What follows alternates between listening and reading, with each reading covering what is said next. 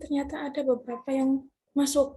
Nah, karena kan jam 10, kurang 5 menit lagi kita akan kedatangan tamu spesial. Kebetulan ini sudah hadir di sini ya. Tapi kita tapi belum on kamera beliaunya. Untuk yang lainnya yang baru masuk seperti Aulia, kemudian Elviza, Nurul, sama Rita, setelah giat inspirasi akan kita lanjutkan ya, karena setelah giat inspirasi kita pun akan lanjut ke refleksi ya. Jadi sekalian agar tidak terpotong kegiatan-kegiatan yang lainnya, jadi satu giat langsung kita jadikan satu ya. Nah, ini giat inspirasinya akan kita mulai. Kebinekaannya saya tutup dulu ya.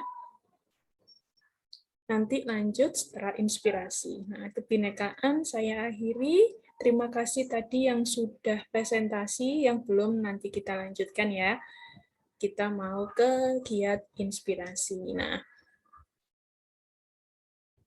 akan saya lemparkan nih, bukan dilemparkan ya. Akan saya teruskan ke Kak Bila sebagai MC sambil menyapa narasumbernya yang sudah mulai hadir. Silakan Kak Bila dimulai.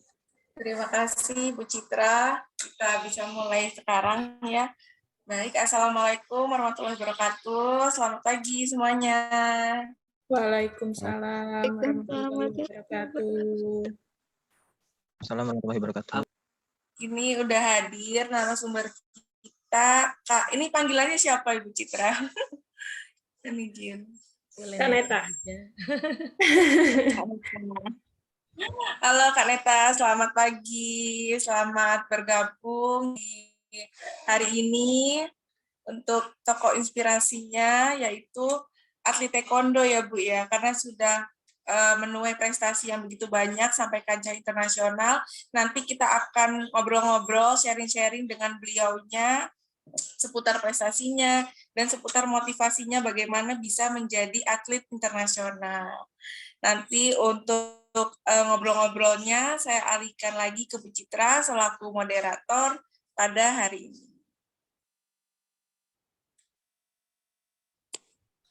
Terima kasih Kak Bila atas kesempatannya.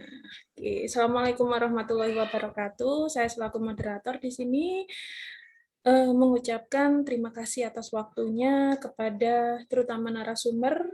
Saya manggilnya kakak ya, karena ini senior saya. Wah, ini senior saya, Kak Raha Dewi Neta, yang luar biasa prestasinya. Wah, melanglang buana keliling dunia gitu ya.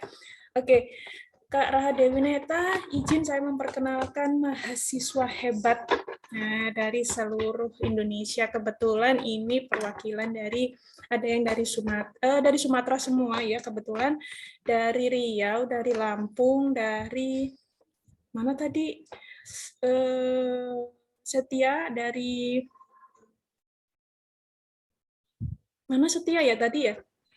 Dari Nias, Bu. Dari Nias. Nah, dari Nias. Nah, tadi mereka sudah memperkenalkan daerahnya masing-masing. Boleh sekarang memperkenalkan diri dulu, biar Kak Neta ini hafal dengan kalian nama dan dari mana asalnya. Silakan, saya kasih kesempatan. Dari Duri? Ya, baik Bu. Assalamualaikum warahmatullahi wabarakatuh. Waalaikumsalam warahmatullahi wabarakatuh. Selamat pagi semuanya. Perkenalkan, nama saya Duri Mandasari. Saya mahasiswi Stikes Payung Negeri Pekanbaru dan asal saya dari Pekanbaru di Riau. Terima kasih. Oke. Salwa? Selamat pagi semuanya, Kak Neta. Perkenalkan, nama saya Salwa Zasya Aura Karisma, bisa dipanggil Salwa dari Universitas Malahayati di Lampung. Oke. Dian? Assalamualaikum warahmatullahi wabarakatuh. Perkenalkan, nama saya Dian Rahmadani. Saya Saya dari Stikes Payung Negeri Pekanbaru, Riau, dan saya berasal dari Pekanbaru, Provinsi Riau. Terima kasih. Oke, Rizka. Selamat pagi semuanya. Selamat pagi Kak Neta. Perkenalkan, nama saya Rizka Depari dari Universitas Malahayati, Bandar Lampung. Terima kasih. Fikri. Ya Ibu, sebelumnya izin memperkenalkan diri, nama Fikri Ardiansyah Ramadan dari Universitas Malahayati Bandar Lampung. Cukup Ibu. Oke, Setia. Selamat pagi, izin perkenalkan. Nama saya Setia Alberkat Zaluhu dari Universitas Prima Indonesia Medan. Asal saya dari Pulau Nias. Oke, Rohman Daka. Baik, izin memperkenalkan diri, nama saya Rohman Daka dari Universitas Malahayati Bandar Lampung. Terima kasih. Elviza.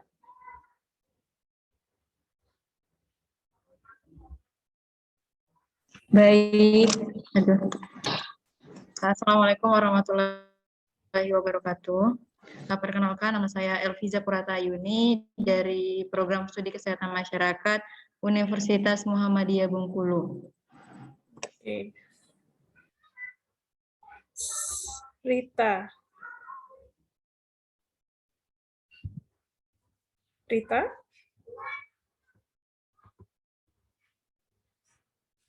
Nggak ada. Dea. Dea.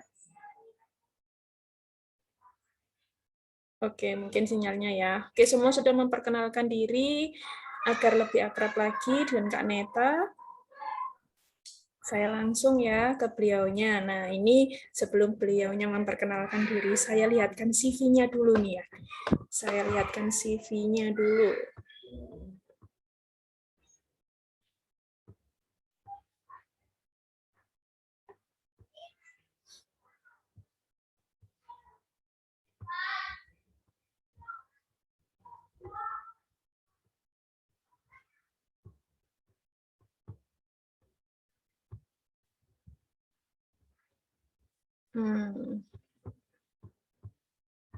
CV-nya Kak Neta nggak main-main ya.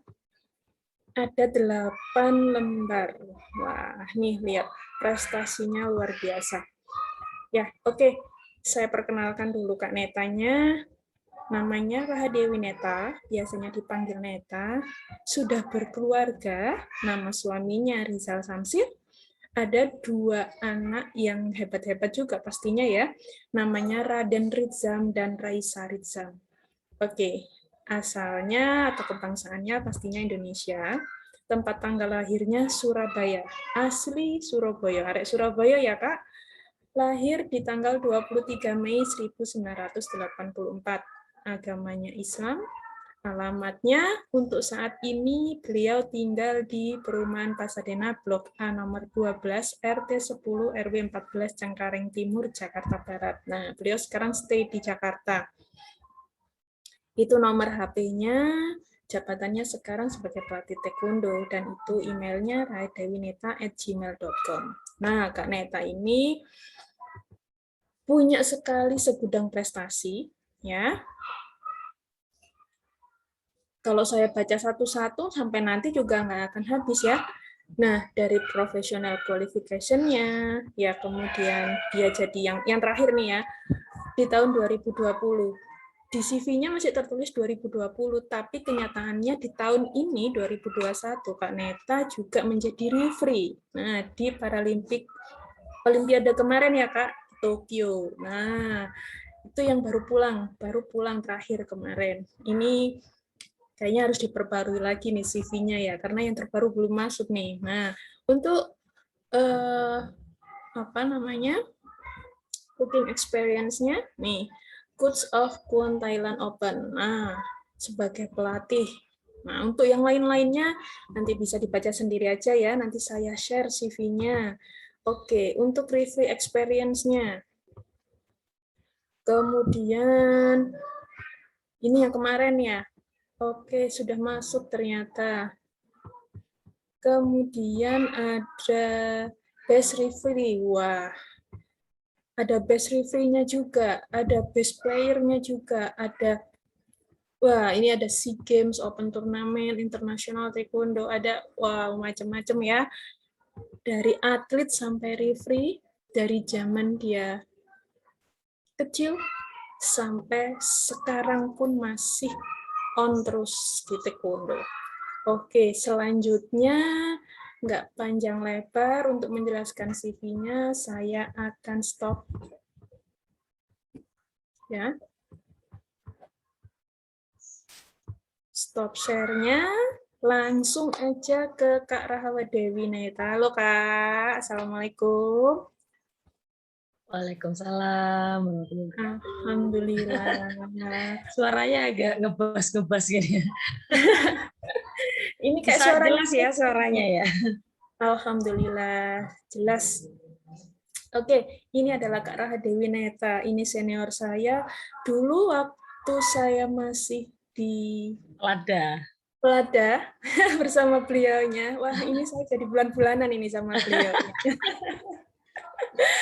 Oke, saya dulu beberapa tahun ya Kak latihan bareng dengan Kak Neta, tapi Kak Neta meluncur jauh ke atas sampai akhirnya ke Olimpiade, menjadi referee dan sebagainya. Saya stay di sini tetap di Surabaya. Oke.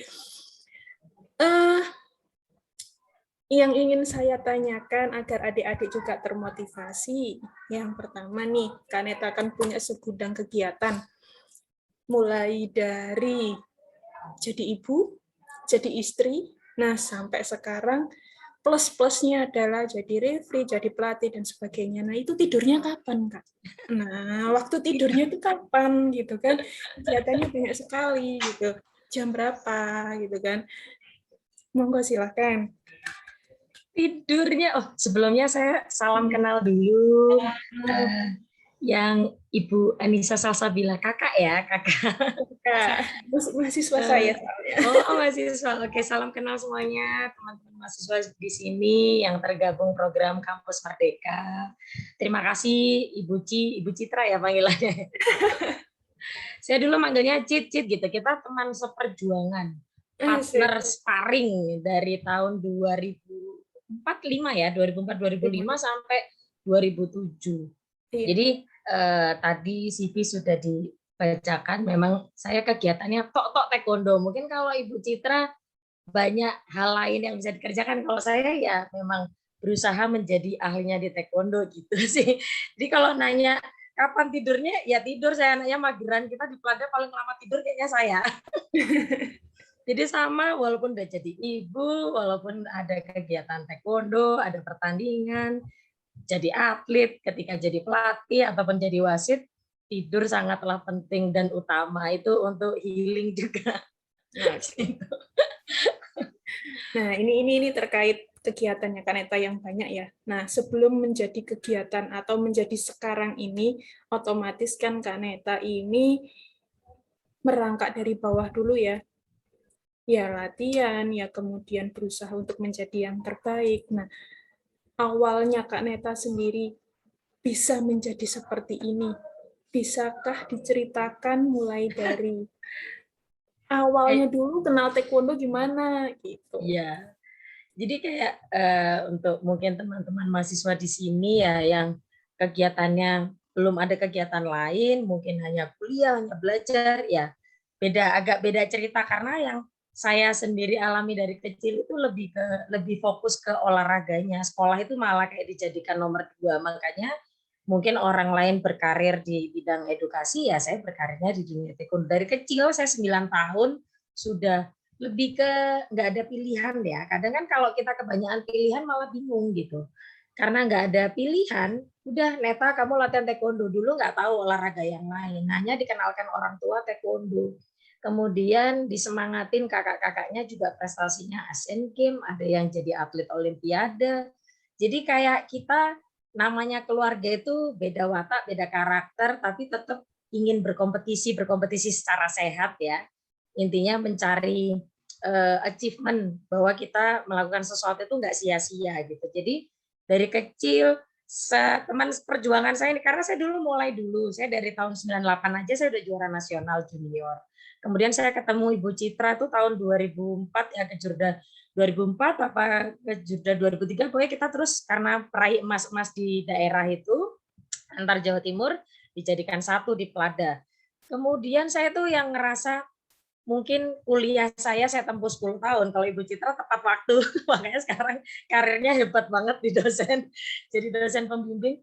Kalau saya ya merasa, oh teman-teman saya sukses di karir yang mereka sukai, ya saya sukanya taekwondo, saya tekuni sampai menjadi ahlinya gitu, sampai jadi juara ya, sampai jadi pelatih, bisa menelurkan atlet-atlet yang punya medali gitu, yang meraih medali juga jadi wasit. Kalau tanya perjuangannya mungkin Ibu Citra sedikit lupa ya, kita dulu latihannya kayak apa ya, Bu? Dari pagi bangun jam 5, yang namanya kita lari itu di Delta Plaza itu, satu pertama putaran parkirannya, terus habis itu tanjakan parkirannya yang ke atas, belum lagi tanjakannya yang di depannya WTC. Jadi kalau ingat itu mungkin mahasiswa-mahasiswa teman-teman di sini yang hidupnya tidur, bangun ke kampus, itu udah susah. Nah, ingat perjuangan kita itu dulu tuh kayaknya keringat itu udah bukan gobios ya, kayak bisa diperes gitu. Jadi hal-hal yang seperti itu tuh kenangan bagus memori kita untuk ke depan setelah kita pensiun.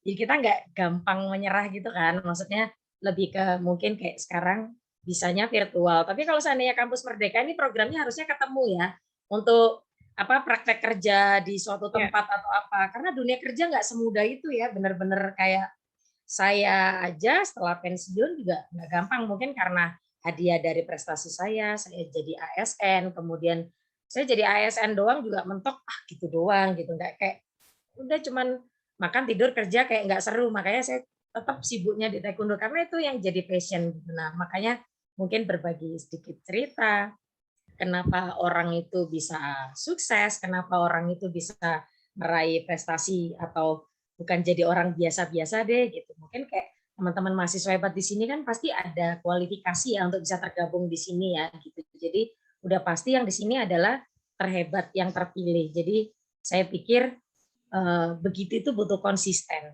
Karena mungkin saya udah tergabung di sini, saya udah ada pengalaman bertemu teman-teman mahasiswa dari daerah lain gitu. Saya udah punya banyak kolega gitu. Jangan merasa selesai gitu karena masih panjang jenjangnya, umur juga masih muda, dan kadang tuh semakin banyak informasi yang gampang kita cari, malah kita kayak gini doang gitu. Malah enggak, karena hal-hal sepele itu kita lupakan. Yang hal-hal yang misal kita jadi apa ya, ahli kesehatan atau ahli gizi gitu. Makin terus kita dalami, makin terus kita pelajari, pasti banyak yang bakal kita temuin dan kita akhirnya dipercaya orang.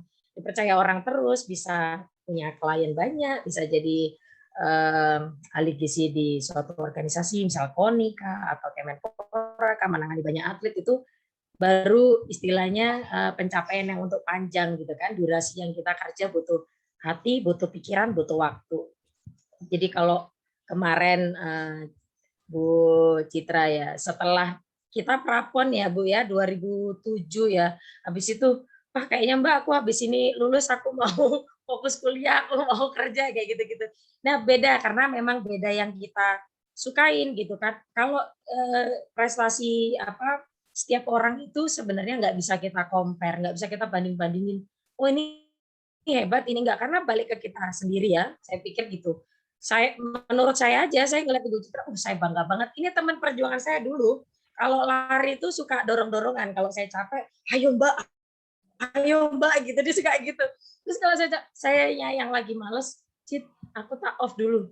Nanti Sabu marah, nanti ini gini kalau Mbak Neta off gitu. Jadi kayak ada momen up and down yang kadang kita melupakan itu. Kalau udah jadi orang sukses mah, kayaknya prestasinya enak, keliling dunia, ke luar negeri, nggak tahu prosesnya itu nggak semudah itu, Ferguson gitu kan. Tahu sendiri sampai pencapaian sekarang pun teman-teman di sini, saya bangga sekali loh ada kesempatan Ibu Citra hubungin saya dikasih kesempatan bisa berbagi cerita. Sebenarnya itu saya mau ada satu kata-kata nih yang mungkin motivasi untuk teman-teman mahasiswa di sini. Persiapkan diri dengan baik. Ini kan lagi programnya bagus dan kesempatan buat teman-teman di sini supaya ketika ya dengan kita punya persiapan, ketika ada kesempatan itu kita benar-benar langsung gayung bersambut. Jangan sampai dengan adanya kesempatan, tapi kita nggak siap apa-apa, karena kita kayak cuma jadi mahasiswa yang cuma datang, terus absen, dengerin, pulang, udah lupa. Sia-sia gitu loh kalau untuk jadi orang yang seperti itu.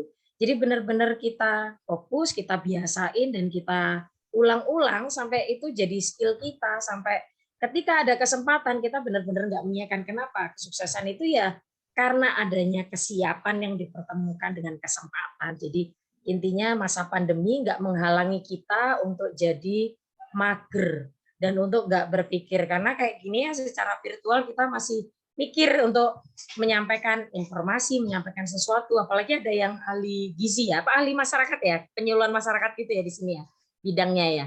Pasti banyak dong muter otak, walaupun kayaknya mungkin secara live belum, tapi kalau secara online udah pasti banyak. Seperti itu. Oke.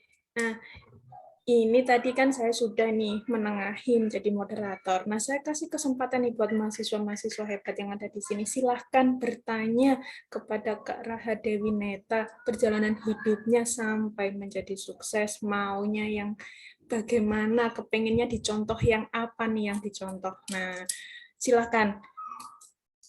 Silahkan bertanya. Oke, Kak Raha Dewi Neta ini panutan saya ya juga. Jadi konsistennya beliau, kemudian perjuangannya juga, itu jadi contoh juga buat saya. Tapi mungkin berbeda jalan ya, Kak. Nah, Kak Neta sekarang jalannya di mana? Nah, saya di mana gitu. Nah, kalian pun bukan mencontohnya di bidangnya, tapi lihat usahanya, perjuangannya. Nah, silahkan ditanyakan usahanya beliaunya.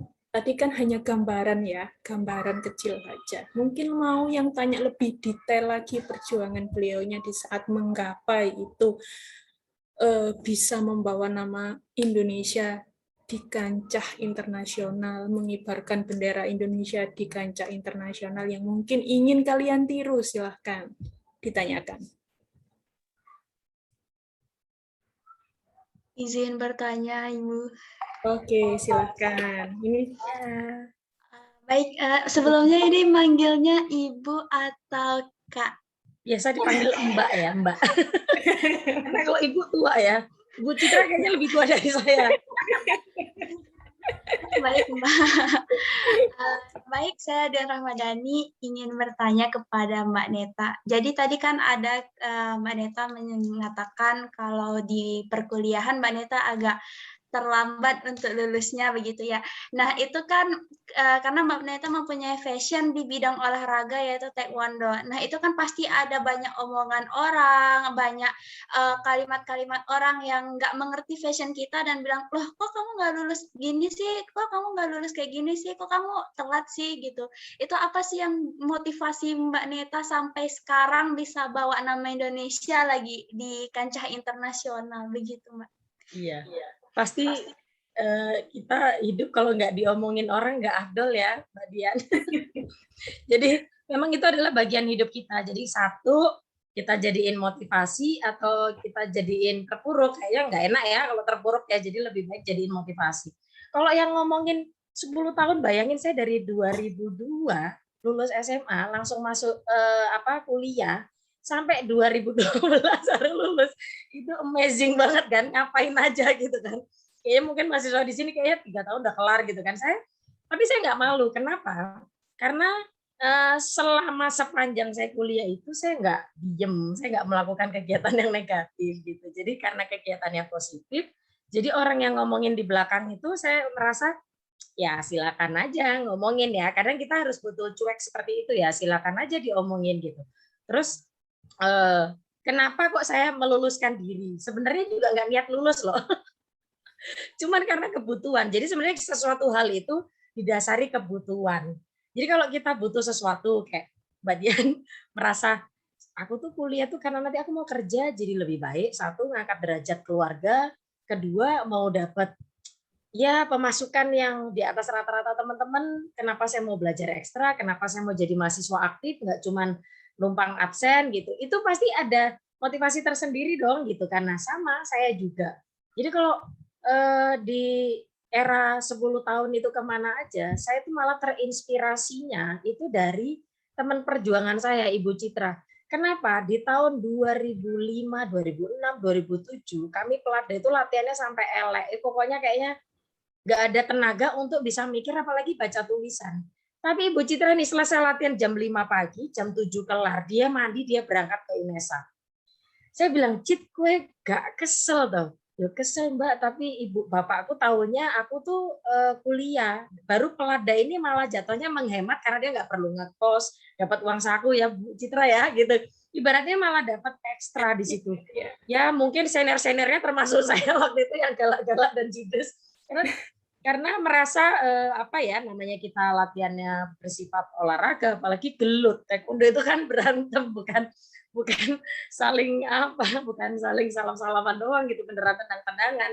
Jadi kadang kita kayak terinspirasi sesuatu hal itu nggak butuh yang ngomong menteri, nggak butuh yang ngomong presiden. Bener loh, ini serius loh Bu Citra. Tak bilang angkatan Bu Citra ya, ada Aris, terus ada Ika. Itu saya bilang, wih kalian kok hebat-hebat ya, datang dari Lumajang ke Surabaya, Pelada hidup, masih menyempatkan waktu kuliah, dan ternyata kuliahnya nggak biasa-biasa aja, tak pikir ya cuma kayak mahasiswa biasa, ternyata istimewa gitu loh. Jadi padahal latihannya itu udah sampai elek. Udah mana terus kita turun ke jurnas, belum kita beban-beban pertandingan, kita juga nggak mau yang jelek-jelek doang ya, bawa nama daerah juga kan gitu. Jadi saya malah tidak terpikir untuk meluluskan, tapi setelah saya masuk ASN dan ya mungkin banyak yang ngasih tahu dilulusin buat jenjang kamu ke depan, buat masa depan kamu gitu. Kamu masih muda. Baru saya berniat, malah karena saya di Surabaya sudah bukan malas pulang Surabaya, tapi kayaknya tuh terlalu lelah gitu karena pelatnas selalu di Jakarta. Jadi nggak efisien aja dengan saya melanjutkan pulang-pulang gitu. Jadi kalau kuliah saya tuh cutinya tuh bisa 2-3 tahun, lanjut kuliah kayak cuma 1 semester, cuti lagi 2-3 tahun. Jadi terbayangkan bagaimana omongan orang, tapi saya menutupnya dengan kamu ngapain aja. Saya wasit Olimpiade satu-satunya dari Indonesia di tahun 2016 Brazil. Kemudian yang sekarang ini Paralimpik sudah banyak teman yang pertanda, teman-teman yang wasit lain.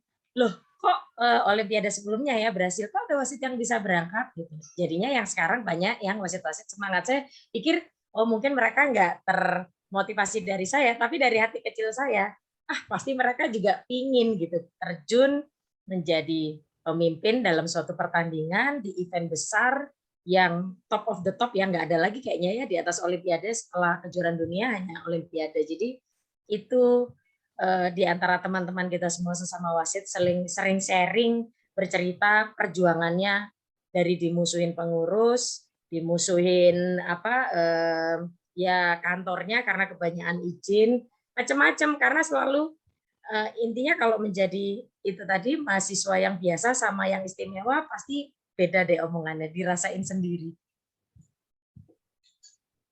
Oke, terima kasih Kak Neta. Lanjut, siapa yang ingin tanya lagi selain Dian? Gimana Dian? Baik, terima kasih Mbak Neta. Bisa jadi motivasi saya banget sama teman-teman Mbak Neta untuk tetap semangat sama omongan-omongan. Cuek ya, cuek karena Iya. belajar cuek. Oke. Yang lainnya mungkin. Silahkan ditanyakan. Oke, kalau belum ada yang tanya, mungkin masih malu-malu nih Kak Neta. Nah, saya akan mau lanjut lagi nih ya. Oke, saya akan follow nih IG-nya Kak Neta ya. Kemudian ada postingannya nih yang bilang kalau when the passion becomes the profession. Ya, every job is a fairy tale. Nah, itu nih bisa dijelaskan nih ke adik-adik nih. Maksudnya gimana sih? Itu kan. Iya, betul kan memang. Jadi kalau kita sesuatu hal yang kita sukain banget itu pasti kita akan jadi orang yang ahli di bidang itu gitu. Nggak ada yang masa iya kita udah menekuni setiap hari jadi sia-sia, berarti kita nggak belajar ya gitu. Terus kayak kerja itu yang, karena saya tuh kerja di dunia tadinya di kepelatihan, tapi kayaknya sudah kakak-kakak sudah di bidang pelatih, makanya saya lebih memilih fokus di profesi sebagai wasit internasional. Kalau di luar negeri kita tuh kayak mimpi aja gitu loh. Bayangin ya, satu bumi gitu ya, satu bumi terus kita bisa datang ke sana. Satu, nggak bayar, semuanya dibayarin. Kedua, kita dapat uang saku yang mana mungkin kalau dibilang berarti nggak berarti, tergantung kita ya. Cuman terlepas kita menjadi sosok pengadil, itu nggak ada kepikiran yang oh saya mau menangani ini, oh saya mau menangani ini, itu nggak ada. Jadi beneran tugas apply apa yang sudah kita punya, rules yang kita punya, karena memang sudah ada standarisasi seperti ini.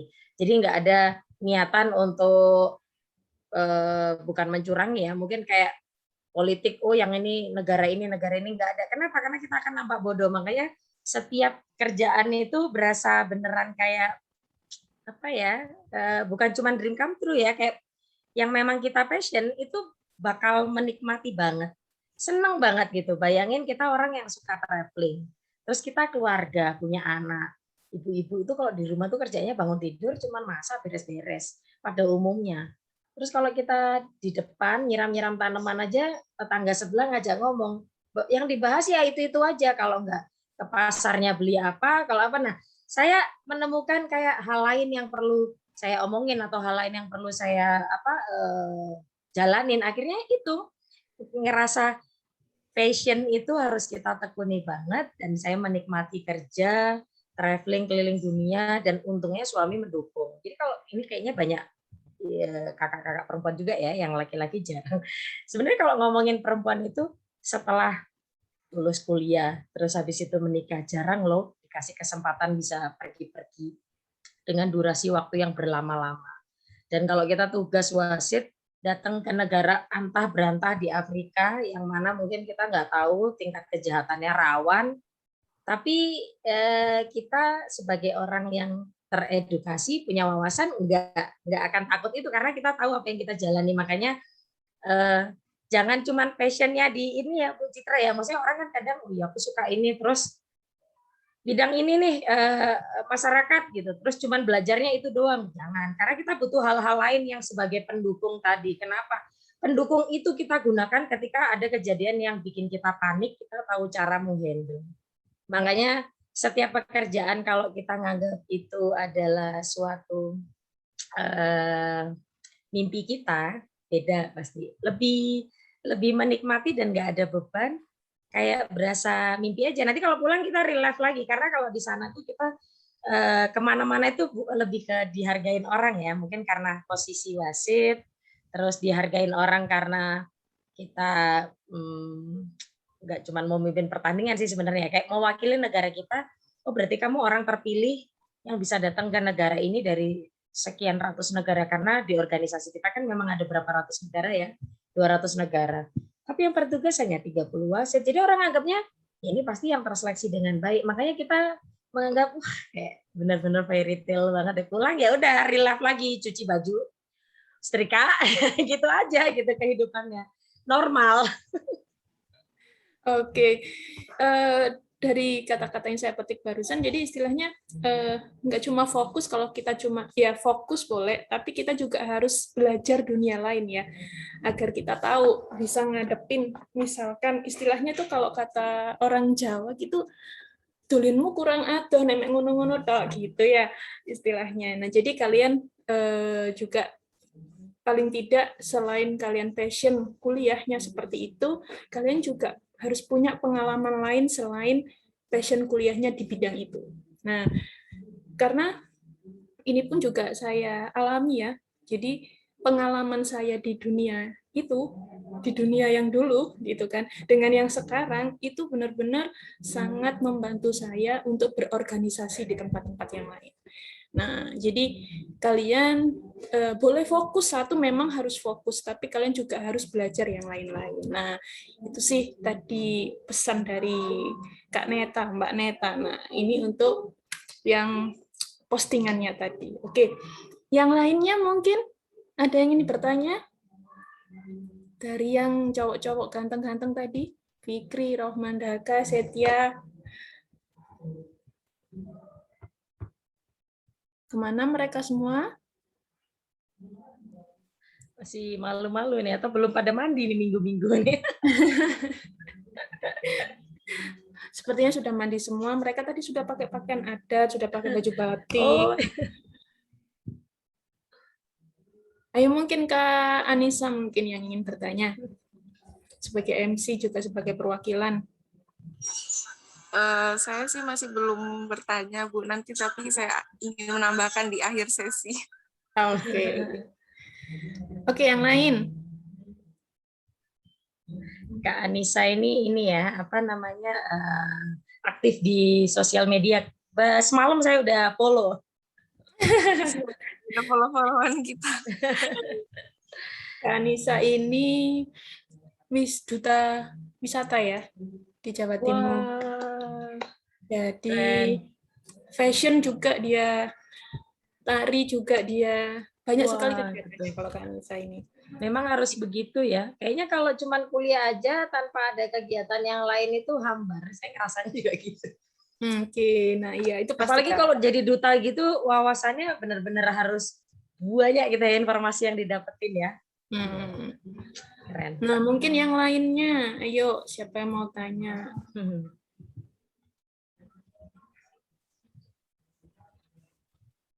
Belum ada, oke saya tanya lagi nih, satu dari saya sebagai moderator ya. Gimana Ini Mas sih? Rohman mungkin mau tanya Bu Citra. Oke, Mas Rohman silahkan ditanya sama kakak cantik nih. Ya, terima kasih Mbak. Mm-mm. Mbak Neta ya. Iya, Mbak Neta. Izin bertanya, nama saya Rohman. Tadi kan banyak ya Kak, apa namanya, sampai 8 lembar tuh prestasinya tuh. Kakak pernah nggak sih kayak mengalami titik terendah dari yang Kakak jalani tadi, sehingga Kakak itu apa ya, membuat Kakak itu kayak mau menyerah gitu. Terus bagaimana sih cara Kakak mengatasi hal itu? Mungkin itu saja Kak. Terima kasih. Iya, pasti ada ya, pasti ada. Saya itu mungkin Bu Citra pernah dengar curhatan saya juga ya, PON 2004 apa ya? Apa Bu Citra belum gabung ya itu ya? Belum ya. Itu saya kalah. Kalau diomong medali ya masih medali gitu. Jadi kayak perak gitu ya, juara 2. Cuman kayaknya karena saya terlalu kepedean. Karena orang kalau udah berlebih kepedean itu dikasih peringatan sama Allah ya itu pentingnya. Itu udah 2003 itu saya atlet terbaik. Kemudian wah kayaknya ngalahin orang itu gampang gitu. Nah, 2004 itu peringatan dari Allah, jebret kena tendang yang ke kepala, jatuh, lanjut lagi tapi udah nggak bisa kekejar poinnya, saya kalah, pulang belum dimarahin orang tua. Karena sebenarnya itu yang jadi kita menjadi titik terendah itu bukan karena kita gagal dalam pencapaian. Misal kita mau menghadapi sesuatu, terus kemudian kita gagal. Sebenarnya itu kadang kita nggak yang langsung down, nggak berada di titik terendah dulu gitu, tapi orang terdekat kita, keluarga kita, karena pengharapan ke kita itu ekspektasinya besar sekali. Ya langsung beneran down, beneran kayak ngapain gitu. Terpuruknya itu mungkin butuh waktu. Kalau teman-teman di sini putus cinta aja mungkin bisa seminggu 2 minggu susah makan ya. Kalau saya tuh sebulan itu saya tuh kayak cuman bengong. Saya datang ke tempat-tempat yang bisa membangkitkan semangat saya lagi pun belum karo, karena saya suka cuman datang ke pasar gitu, kayak datang ke ya tempat keramaian gitu, cuman duduk mengamati orang-orang sekeliling. Mereka hidupnya dibanding saya masih lebih baik saya masih bersyukur. Oke, kali ini saya kalah, oke kali ini saya gagal, oh keluarga saya bukan cuman memarah-marahi ya, kayak cuman kamu takabur, kamu apa namanya kurang persiapan, kamu latihannya nggak bener, kamu apa namanya nggak fokus tandingnya. Padahal kalau ngomongin nggak fokus, saya latihan setiap hari. Yang namanya pelado itu nggak latihan setiap hari. Libur cuma Minggu, Sabtu aja masih ada latihan paginya. Tapi kok dibilang nggak siap, dibilang nggak fokus gitu. Jadi kayak kita benar-benar ngedown. Terus mau ngapain? Saat orang lain, saya pengalaman pribadi banget, teman saya pensiun. Setelah kalah, udah nggak mau nyoba lagi. Berkiprah di bidang lain dan memang sukses di bidang lain. Tapi buat saya enggak. Kenapa? Karena saya nggak punya pilihan. Itu tadi dari awal. Keluarga itu hanya taunya taekwondo gitu. Dan kalau ngomongin nggak ada pilihan itu bikin kita bagus. Karena apa? sebenarnya orang yang sukses itu bukan yang terus menang terus kan gitu. Dia kalah tapi nggak berhenti gitu. Dia kalah dia nggak berhenti. Dia kalah nggak berhenti. Kenapa? Besok masih bisa latihan lagi. Masih banyak pertandingan yang lain gitu. Karena itu tadi saya selalu pegang kata-kata. Ketika ada kesempatan datang ke saya harus siap. Kalau saya nggak siap, ya nggak bisa. Makanya mau pertandingannya apapun, mungkin kayak dari tim Lumajang ya, tempatnya Bu Citra itu, dia khusus ada latihan di dojangnya tuh, di tempat latihannya tuh, seminggu 3 kali, seminggu 4 kali misal gitu. Kalau saya tuh enggak. Saya sendiri pribadi menyiapkan diri, saya setiap hari latihan. Saya libur pasti butuh namanya recovery ya. Minggu saya libur. Tapi kalau ngomongin apakah menang terus, ya enggak gitu. Apakah terus kita jadi stres, nangis. Nangisnya tuh kayak ngalah-ngalahin ditinggal pacar, ibaratnya ngalah-ngalahin putus cinta. Beneran stres terendah. Tapi caranya bangkit gimana? Iya. Satu, saya nggak ada pilihan waktu itu. Jadi solusinya cuman saya mulai latihan lagi, saya gerak lagi. Suatu saat saya tanding lagi, pasti akan ada peluang untuk menang. Lebih ke situ. Jadi teman-teman mahasiswa di sini kalau lagi masa down, lagi nggak ada gini, sebenarnya itu datangnya dari sini ya, dari pikirannya. Karena kadang kalau badan kita mungkin lelah, tapi pikiran kita pasti mikir terus. Tapi kalau kita bisa ngelawan suara hati kita sendiri untuk aku mau lanjutin gitu, dia akan kayak auto jalan. Ini klise lah, udah biasa banget lah. Tapi karena saya ngalamin berkali-kali, jadi ya memang cuman itu gitu. Motivator lain pun pasti akan ngalami bangkit gitu. Saya bukan motivator ya, ibaratnya dari pengalaman pribadi gitu. Ya memang harus bangkit gitu. Memang nggak ada jalan lain. Mau jadi bahan omongan terus rugi dong gitu. Kayak tadi Mbak ini ya, siapa tadi ya, kok hilang? Dian tadi. Ya Mbak Dian. Mbak Dian nanyain diomongin orang. Apalagi kalau udah kalah diomongin orang, terpuruk kita. Terus habis itu cuman update status galau-galau. Belum tentu yang lihat status kita itu jadi, kasihan nih anak. Ada juga yang mamam tuh, ada yang begitu. Betul kan? Betul banget. Mas Romandaka ketika terpuruk cuman butuh istirahat aja sejenak. Istirahat sejenak, jalanin lagi aktivitasnya dan harus jauh lebih hebat lagi. Iya Mbak Eta, benar-benar motivasi banget ini Kak. Jadi kita itu harus benar-benar mempersiapkan diri dengan baik Kak sebelum melakukan latihan. Oke. Mungkin ada yang lain selain Rohman Daka? Satu kali lagi, 3 penanya ya. Tadi kan sudah ada 2 penanya. Silakan. Ibu izin bertanya, Bu. Oke, silakan, Duri. Baik, Mbak Neta, perkenalkan nama saya Duri Mandasari. Mungkin ini terkait dengan orang tua. Kalau misalnya kita ingin terjun ke hal passion yang kita sukai, tapi orang tua itu nggak mendukung, itu gimana ya, Mbak, menurut tanggapannya gitu? Terima kasih. Ini nggak bukan pengalaman pribadi saya. Kalau pengalaman pribadi saya, orang tua saya tuh maksa. Tapi suami itu seperti itu, nggak dukung. Suami kan orang taekwondo juga. Nggak dukung sama sekali karena latar belakang keluarganya dari bulu tangkis, voli, dan basket. Jadi kayak apa itu taekwondo dibiarin, diumbar ya, kata orang Jawa bilang tuh sakarepmu, mau latihan sakarepmu. Kalau butuh biaya nggak mau ngeluarin gitu. Kayak misal kita ada tanding, butuh beli baju atau apa, nggak mau ngeluarin, nggak didukung. Tapi dia ngerasanya, ini karena kita bercerita-cerita ya, sudah suami istri. Orang aku aja nggak didukung aja juga bisa gitu ya, tetap jadi juara SEA Games, emas SEA Games, malah orang tua jadi merasakan, oh alah anakku itu ternyata diem-diem latihan, anakku yang nggak tak restuin, diem-diem itu melakukan apa yang jadi passion dia. Terus kayak saya ingat saya tuh dulu dia PON tahun 2008 apa 2004 yang dia dapat emas itu kayak bonusnya tuh 100 atau 150 juta dikasihin ke ibunya. Terus ibunya kaget, loh ya selama ini kamu ngapain aja gitu. Jadi dia latihan sembunyi-sembunyi ya, mempersiapkan diri secara sembunyi-sembunyi ya gitu. Jadi kalau dibilang butuh biaya saat itu apa dia rela kayak pinjem temannya, ya aku pinjem dulu lah, misal buat beli baju taekwondonya atau apa. Mungkin kalau sebelum jadi atlet pelatnas kan kayak jatah-jatah gitu nggak sebagus ya, belum tentu daerah, apalagi dia dari Papua.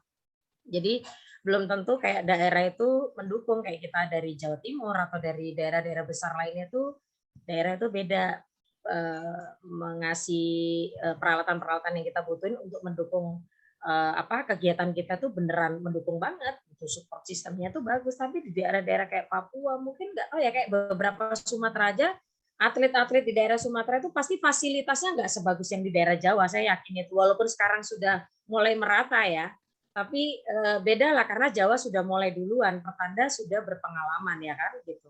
Jadi kalau Mbak Duri bilang, aduh passion saya nggak didukung orang tua nih, kayaknya saya nggak dapat omongan yang bikin saya jadi semangat menjalaninya terus.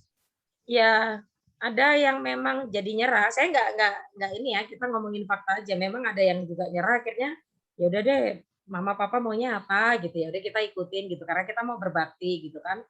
Tapi kayak suami itu tipe yang orang nggak didukung juga kita mau ngapain gitu, karena nggak dikasih option sama orang tua. Jadi satu nggak didukung, kedua nggak diarahin. Jadi dia karena dia suka taekwondo ya dia jalanin terus gitu, dan dia membuktikan dengan sekarang itu memang ini terlepas teman-teman mahasiswa di sini tuh nanti bidangnya lain-lain ya. Saya ngomongin bidang olahraga. Sekarang itu menjadi atlet itu sangat menjanjikan. Mungkin nanti kalau teman-teman mahasiswa di sini menikah, punya anak, terus berkiprah di bidang olahraga, tolong didukung sebagai orang tua. Mungkin kayak Mbak Duri, orang tuaku nggak dukung. Nanti kalau nanti punya anak misalnya, tolong dukung. Kenapa? Apapun bidangnya itu. Karena dulu olahraga itu dikesampingkan. Sekarang aja masuk sekolah bisa jalur prestasi. Belum lagi pemerintahan itu benar-benar menghargai, karena nama Indonesia dikenal baik ketika kita bertanding, bawa, kemudian kita menang. Nganggapnya walaupun negara kita banyak ya, kita ngomongin tingkat kemiskinannya masih banyak, walaupun sekarang sudah banyak keluarga-keluarga yang menengah, tapi ada beberapa yang di bawah rata-rata itu nggak kebaca sama mereka. Oh berarti di sana fasilitasnya bagus. Oh berarti di Indonesia tuh didukung. Kenapa? Ya karena satu, kita bisa menang. Kedua, pemerintah akhirnya memberi apresiasi yang lebih. Ya kalau saya bukan mau nyombongkan di sini ya, tapi saya benar-benar dari keluarga nol ya. Bapak saya itu jatuhnya tukang parkir di Pemkot Surabaya. Kemudian dia jadi diangkat pegawai negeri. Setelah diangkat jadi pegawai negeri, gaji pegawai negeri berapa sih gitu. Terus anak-anaknya 4, tapi disuruh latihan taekwondo sampai elek. Karena waktu itu bapak saya sekali jadi pegangan bapak saya. Kakak saya yang pertama dapat emas PON tahun 93, itu dapat bonus 20 juta. Tahun itu langsung bangun rumah. Ini rumah kita udah mau ambruk, langsung bangun rumah. Jadi bapak saya ngerasa saya ada amunisi 3 lagi, kan anaknya 4, karena yang kakak pertama udah jalan, saya punya amunisi 3 lagi, tak latih, siapa tahu saya bisa beranak pinak. Sebenarnya tujuannya sepele, memang kita mau mengangkat derajat kita yang kita orang rendahan tadi. Jadi memang orang tua yang sudah berada dan punya, misal yang ini sudah jadi tentara, yang ini sudah jadi dokter, terus anaknya sibuk jadi gamer, nggak didukung. Kamu kuliah yang benar jadi dokter gitu. Dianggap gamer itu nggak ada masa depan. Jangan salah. Asian Games kemarin 2018, gamer itu hadiahnya sama. Maksudnya si e-sport itu hadiahnya sama. Berapa miliar? 1 miliar apa 1,5 miliar ya? Emasnya. Jadi nggak main-main loh gitu. Kayak sekarang aja. Kalau kita ngomongin Grisha Poli dapat emas di Olimpiade, dia dapat 5 miliar. Belum lagi dikasih rumah, belum lagi dikasih plus-plus yang boleh free, kayak dia beli di kopi kenangan lah, free seumur hidup lah gitu-gitu. Jangan lihat itunya dulu, karena saya kecilnya dia saya tahu di Ragunan, dia di Jaya Raya itu latihannya. Terus sekarang bisa seperti itu, nggak terbayar. Mungkin orang tuanya mengeluarkan lebih dari masa hidup dia dari kecil sampai dia bisa sesukses itu 5 miliar tuh nggak ada apa-apanya. Tapi ya, ketika orang lain yang melihat, wih gila langsung jadi kaya raya mendadak. Belum lagi yang kemarin Paralimpik, yang untuk teman-teman disability, itu dapat 2 emas, 1 perak, yang Mbak Okta Lila itu yang dari bulu tangkis. Dia satu medalinya 5 miliar, sekaligus 1 hari di depan kantor istana itu, langsung terima 13 miliar berupa tabungan BNI. Bayangin loh, tapi saya pikir, arisannya ini narik arisan gitu kan. Ternyata setelah saya baca-baca di Google, dia itu dari normal, jadi dia dari bulu tangkis normal, kemudian dia kecelakaan, cedera, akhirnya struktur tulangnya itu nggak memungkinkan untuk dia tanding normal, kenapa dia kemudian para teman-teman disability dia di atas rata-rata? Ya karena jauh hari sebelum dia terjadi itu, masa kecilnya dia udah jadi atlet bulu tangkis yang udah hebat, hanya ada accident itu. Jadi saya bilang, oh ya perjuangannya ya, kita ngomongin 13 miliar itu besar sekali memang ya buat kita, tapi dia layak dapat itu. Kenapa? Banyak hal yang dia korbanin, jadi itu ibaratnya nggak sia-sia, passion dia di situ nggak sia-sia. Jadi kalau orang tua nggak ngizinin, balik lagi ya, orang tua nggak ngizinin terus kemudian Mbak Duri menyerah, rugi. Rugi karena apa? Apa yang jadi kita passion itu beneran kita pasti nikmatin, dan kalau udah nikmatin akhirnya hasilnya bagus. Kalau hasilnya bagus rezeki datang, gitu. Oke, gitu ya Mbak Duri ya. Wah, saya merinding nih. Merinding, saya inget-inget lagi dulu-dulu, saya flashback lagi zaman dulu ya.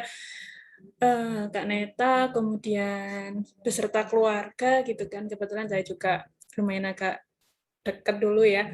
Dari kakak pertama, kakak kedua, kakak ketiga, sama Kak Neta. Wah, luar biasa. Ini perjuangannya, kalau kalian tahu dari dulu, istilahnya perjuangan Kak Neta ini, itu sesuatu hal yang luar biasa ya. Dan apa yang Kak Neta bilang kalau nggak ada yang sia-sia, betul, ini saya alami betul sekarang, nggak ada yang sia-sia. Ya, pengen nangis.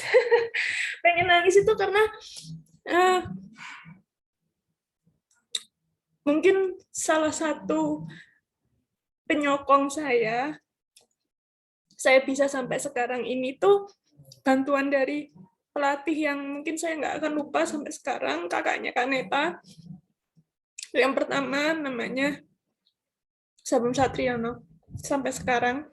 Dan yang bikin saya berubah dari yang dulu suka dibully jadi anak yang kuat gitu ya. Saya dulu suka dibully. Jadi ini saya ceritakan pengalaman saya juga.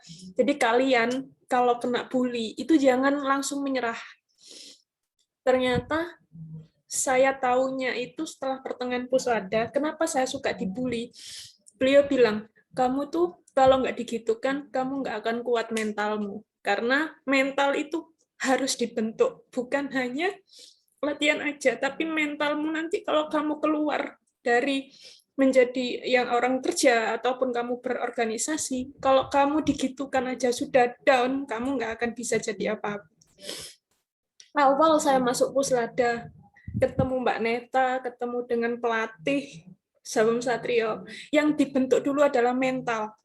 Saya selalu dibully setiap hari, pulang latihan pasti nangis, menyendiri di kamar. Istilahnya, awalnya saya nggak kerasan, nggak kuat, yang akhirnya saya menjadi, oh ternyata ini toh maksudnya. Beliau datang sendiri ke saya, kakaknya Kak Neta. Besta, wis gak nangisan, bilangnya seperti itu. Enggak, Sabun. Ya wis, berarti wis kuat. Nah, jadi saya minta untuk kalian semuanya, kalau kalian kena bully, diomongin sama orang, atau diejek sama siapapun itu, masuk kiri, keluar kanan, cuek. Ya, yang penting kalian melakukan sesuatu hal yang positif. Nah, ini salah satunya Mbak Neta dengan keluarga yang ini yang membentuk saya pun jadi seperti ini. Jadi di tempat kerja pun saya kena bully kanan, kiri, depan, belakang, mau ditekan ke bawah, istilahnya seperti itu ya. Awalnya saya ya otomatis down juga, tapi saya ingat di tempat kerja akan lebih sulit, di luar akan lebih sulit daripada itu. Nah, sekarang saya alami, nggak ada yang sia-sia. Apa yang kalian lakukan saat ini nggak ada yang sia-sia. Sama Mbak Neta juga. Itu sih yang saya alamin sekarang. Terima kasih buat Mbak Neta juga ya. Betul ya Bu Citra ya. Karena dunia kerja itu lebih jahat. Kita di Pelada atau teman-teman mahasiswa cuman ibaratnya ini karena online ya. Kalau kita datang ke kampus, kita dulu era-era dulu itu datang ke kampus itu semuanya kayak keluarga. Karena nggak terlalu bersaing yang bagaimana gitu, karena nggak berhubungan sama rezeki itu tadi, beda, bawaannya beda. Kita hanya ngomongin nilaiku lebih bagus, oh nilaimu lebih jelek, cuman perkara itu belum jahat. Jadi cuman akan banyak persahabatan, akan banyak pertemanan dan bagus. Hanya tahu bagusnya aja. Ketika sudah selesai, sudah kayak Pelada pun sudah pensiun, Ibu Citra sudah masuk di dunia kerja. Nanti ya teman-teman mahasiswa di sini nanti sudah lulus. Realnya mau kerja di mana? Gak gampang. Dan orang jahat itu banyak. Saya bukan ngomongin orang baik, pasti banyak. Kita nggak boleh negative thinking. Tapi lebih baik kita waspada. Karena kalau suatu saat tiba-tiba kita dijatuhin, kita nanti gagap. Makanya lebih baik kita waspada. Bukan curiga, bukan ya, tapi lebih ke waspada. Memang pada kenyataannya mau kerja dimanapun itu omongan pasti. Terus kalau kuping kita gampang tersinggung, terus kita down, rugi. Seperti itu, rugi banget. Kenapa? Kesempatan loh, nggak datang 2 kali. Misal kita kayak Kak Anissa ada momen, ini ada pemilihan untuk duta wisata mewakili Jawa Timur untuk di nasional. Kemudian teman-teman lain, apa sih Nisa itu gitu. Orang dia baru level begini kok dia langsung dapat kesempatan langsung nasional begini-begini. Capek dong kalau kita seandainya cuman ya udah yang mampu aja saya mundur. Aduh rugi banget kalau kayak gitu loh. Karena kan kita nggak enakan gitu kan. Nggak boleh. Bukan kita jadi orang yang ego atau kita orang yang mau menang sendiri, bukan, tapi kesempatan itu datangnya ke kita. Jadi 1 kita manfaatkan, 2 ya siap. Tapi kalau kayak Bu Citra bilang, aduh kalau udah kita ditekan ke bawah banget kita udah nggak bisa ngapa-ngapain gitu. Jangan salah gitu, masih ada celah-celah, nggak pernah ibaratnya tertutup total. Itu udah konsepnya hidup, konsepnya yang saya alami ya, yang saya alami. Pintu ini tertutup, saya ngomongin berhubungan sama rezeki. Pintu ini tertutup, ada pintu lain. Mau itu lebih besar, mau itu lebih kecil, yang membuka nanti kita lagi. Karena akan ada pintu yang lain. Nggak pernah pintu itu tertutup total kecuali kita meninggal. Ya udah selesai. Ibaratnya amal perbuatan kita nanti yang dijadiin pegangan. Tapi kalau hidup sehat, ada kesempatan, 1 tugas kita mempersiapkan diri. Sekarang teman-teman di sini sama Bu Citra aja persiapannya jauh sebelum ini. Saya bangga banget ya. Dulu itu tipe pendiam Ibu Citra ini. Sekarang communication skill-nya udah di atas rata, saya udah malu. Makanya saya sempat deg-degannya gini. Nanti ngomongnya piye ya gitu, ngomongnya gimana ya gitu. Karena kan ini sudah level ibu dosen, saya ngomongnya kayak apa. Karena saya bukan pembicara yang secara resmi gitu, yang ini pertama kali buat saya dan ini pengalaman yang saya sangat bangga beneran bisa ngomong di depan mahasiswa. Terima kasih loh kesempatannya Bu Citra. Sama-sama. Oke, ini sharing ya, lebih banyak sharing untuk memotivasi kalian bahwa hidup itu nggak mudah, apalagi kalian saat ini di masa-masa pandemi seperti ini, masa-masanya itu hampir 2 tahun kalian di rumah total ya, hampir di rumah total, yang kegiatannya nggak boleh terlalu banyak di luar, dan saya ingin kalian tahu bahwa kehidupan di luar itu nggak gampang. Dan di saat ini, kalian dapat kesempatan ini agar kalian tahu bahwa kehidupan luar itu keras, ya. Perjuangan itu mulai sekarang harus kalian lakukan. Nah, tapi berjuang tidak boleh sikut-sikutan, senggol-senggolan, ya. Karena kan saat ini temanya kita adalah kebersamaan, bersatu, ya, saling tahu bagaimana sih kita bisa ada di on the top gitu ya, bisa di atas dalam bidang apapun, dalam kegiatan apapun, tapi harus benar langkahnya, ya, harus benar langkahnya, kegiatannya, perjuangannya. Dan semua perjuangan tidak akan ada yang sia-sia. Saya kasih 1 kesempatan lagi yang mungkin masih ingin bertanya. Kalau tidak ada, akan saya tutup, akan saya bacakan sedikit kesimpulan dari apa yang disampaikan oleh Mbak Neta tadi. Silakan, sebelum saya tutup.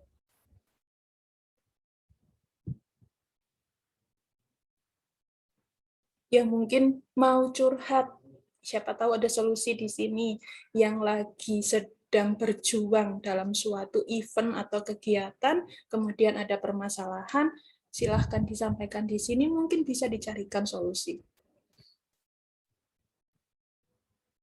Dalam kegiatan apapun, Otomatis kan setiap mahasiswa ya berjuangnya beda-beda. Ada yang mungkin kayak Kak Neta dulu berjuang ekstranya adalah taekwondo. Saya dulu juga ekstranya taekwondo. Kemudian mungkin Kak Anissa Salsabila ekstranya banyak banget dari tari, fashion, kemudian ikut ajang-ajang duta. Nah, kalian mungkin mau bercerita punya passion apa yang mungkin bisa dicarikan solusi kalau mungkin ada permasalahan di passion kalian, atau mungkin sedang kesandung masalah nih di saat passionnya ingin lanjut ternyata nggak bisa, atau ada kegiatan-kegiatan yang membuat passion itu berhenti.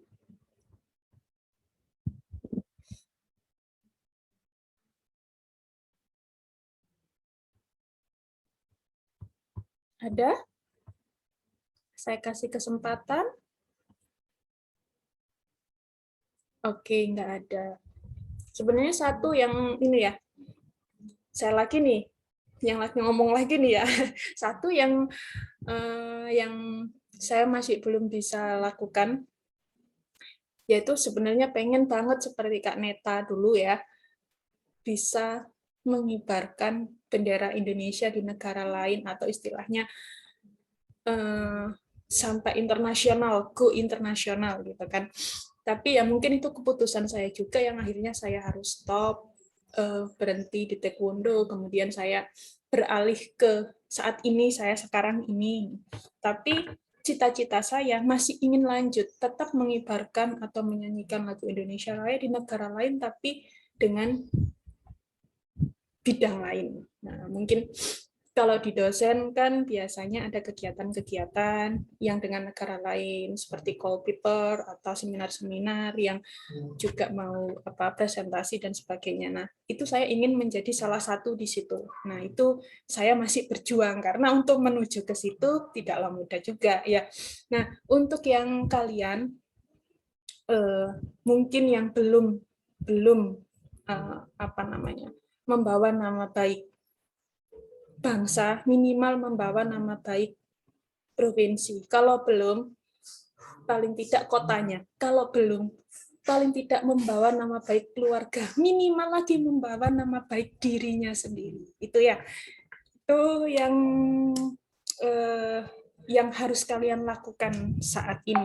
Ya, minimal adalah membawa nama baik dirinya sendiri. Oke.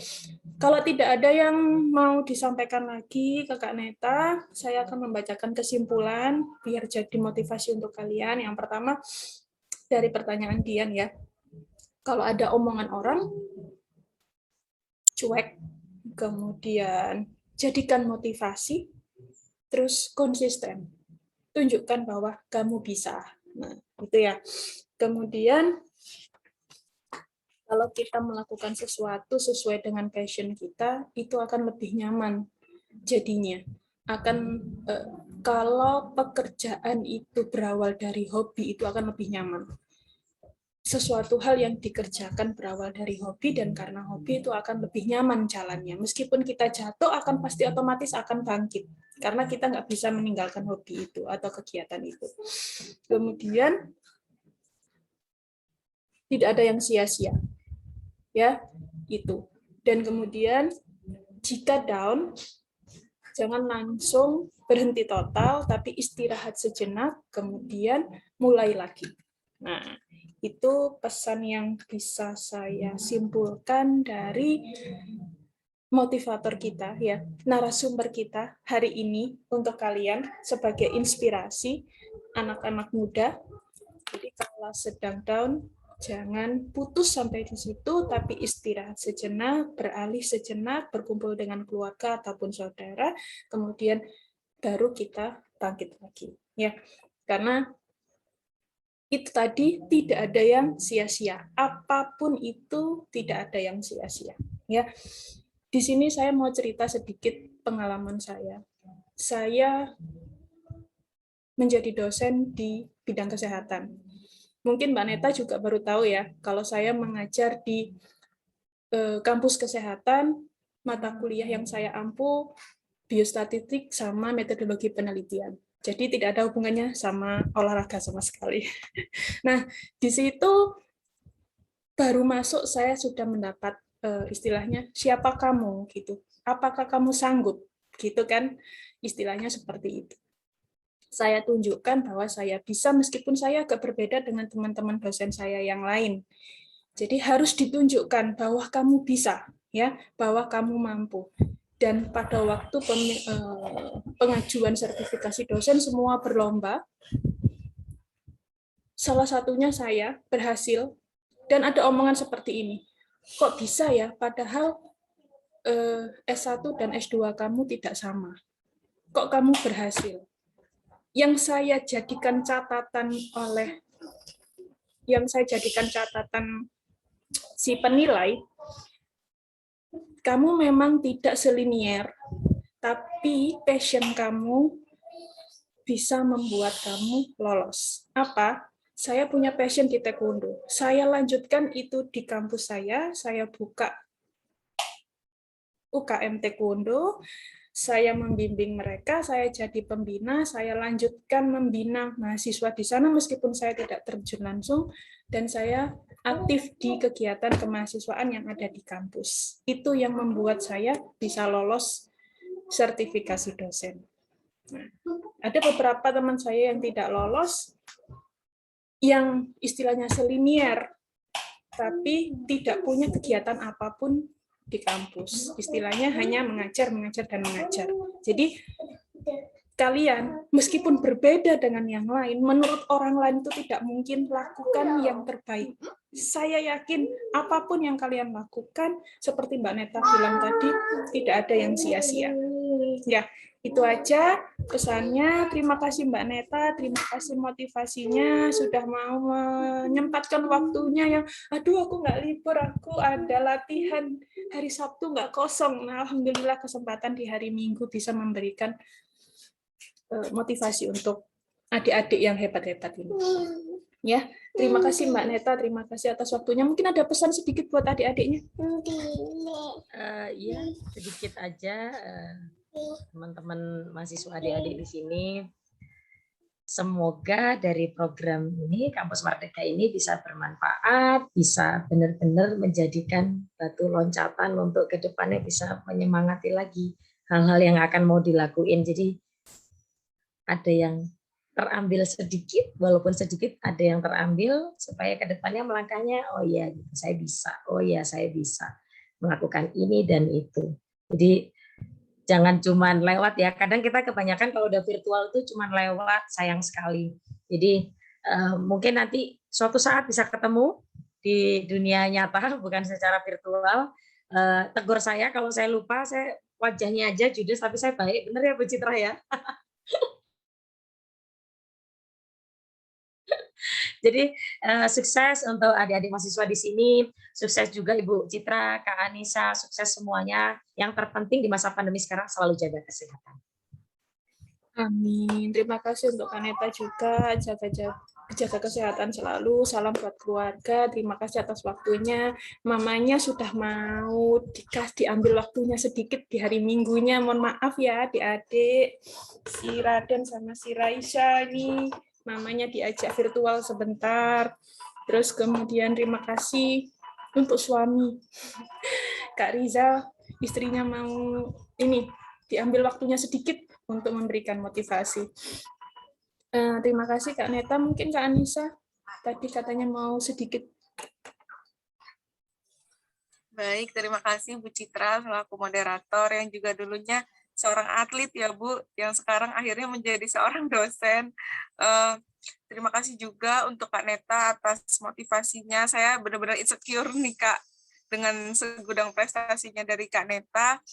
Soal ngomong-ngomong soal bully-bully tadi, itu benar memang saya rasakan saat saya di bangku kuliah, karena memang pendidikan saya dan juga passion saya itu melenceng jauh, jadi tidak sejalan prestasi non-akademik saya. Tapi justru memang yang membuat kita down itu justru memang orang terdekat, Bu. Jadi kayak teman-teman kita, atau bahkan juga orang tua, dan bahkan saya juga pernah dapat omongan yang nggak enak dari dosen, cuman saya bisa membuktikan bahwa kalau kita prestasi itu nggak hanya dari satu jalur yang kita jalani, karena banyak rezeki yang di pintu lain seperti itu. Jadi saya bisa membuktikan, bahkan saya ingat banget dulu waktu lagi apel, Bu Citra tiba-tiba manggil saya untuk diberikan apresiasi dari kampus, dan itu saya cukup merasa bangga saya bisa sampai di titik itu. Terus ada juga omongan kayak, kamu nggak bakal lulus tepat waktu kalau kamu kebanyakan kegiatan gitu-gitu. Bahkan saya di sini ya jadi rasa terharu juga, Bu. Karena saya bisa lulus tepat waktu dan nilai-nilai saya juga bagus-bagus, tapi di samping itu saya bisa mempunyai prestasi di non-akademis saya. Benar tadi kata Kak Neta, kita harus fokus, terus kita juga harus jangan menyia-nyiakan kesempatan yang ada, kita harus berani, dan di balik kesuksesan memang ada perjuangan, mulai dari manajemen waktu, fisik, dan juga kedisiplinan. Lanjut, untuk yang masalah down itu, saya juga pernah mengalami, ini pengalaman saya sendiri, waktu 2018 saya pernah kecelakaan gitu, yang membuat memang fisik saya berubah. Terutama di bagian wajah, karena seorang model dan duta itu kan wajah itu merupakan aset, Bu, ya. Memang karir saya lagi naik-naiknya di dunia itu, cuman kok malah mengalami itu gitu. Cuman di samping itu kita harus bangkit, kita nggak boleh bersedih berlama-lama, kita harus tetap semangat untuk melanjutkan kehidupan. Terus untuk Bu Citra juga pernah sharing ke saya bahwa beliau dulu akhirnya pernah jalan-jalan gratis ya, Bu, karena dari prestasinya tersebut, karena passionnya tersebut. Itu memang benar saya alami saat saya menjadi seorang duta ataupun model. Saya akhirnya bisa bertemu dan mempunyai banyak teman, khususnya di Jawa Timur, di daerah-daerah lain, dan juga di luar Jawa Timur, karena duta-duta itu tadi. Kita jadi ibaratnya ngerasain jalan-jalan gratis keliling-keliling dengan membawa prestasi seperti itu. Jadi untuk adik-adik semua, teman-teman semua, tetap semangat, apapun yang terjadi, apapun omongan orang, kita nggak usah dendam, kita nggak usah sakit hati, kita nggak usah sedih, cukup dibuktikan dengan prestasi. Gitu. Mungkin itu aja, Bu Citra. Oke. Terima kasih Kak Bila. Curhatnya sedikit ya, istilahnya pengalamannya Kak Bila ya.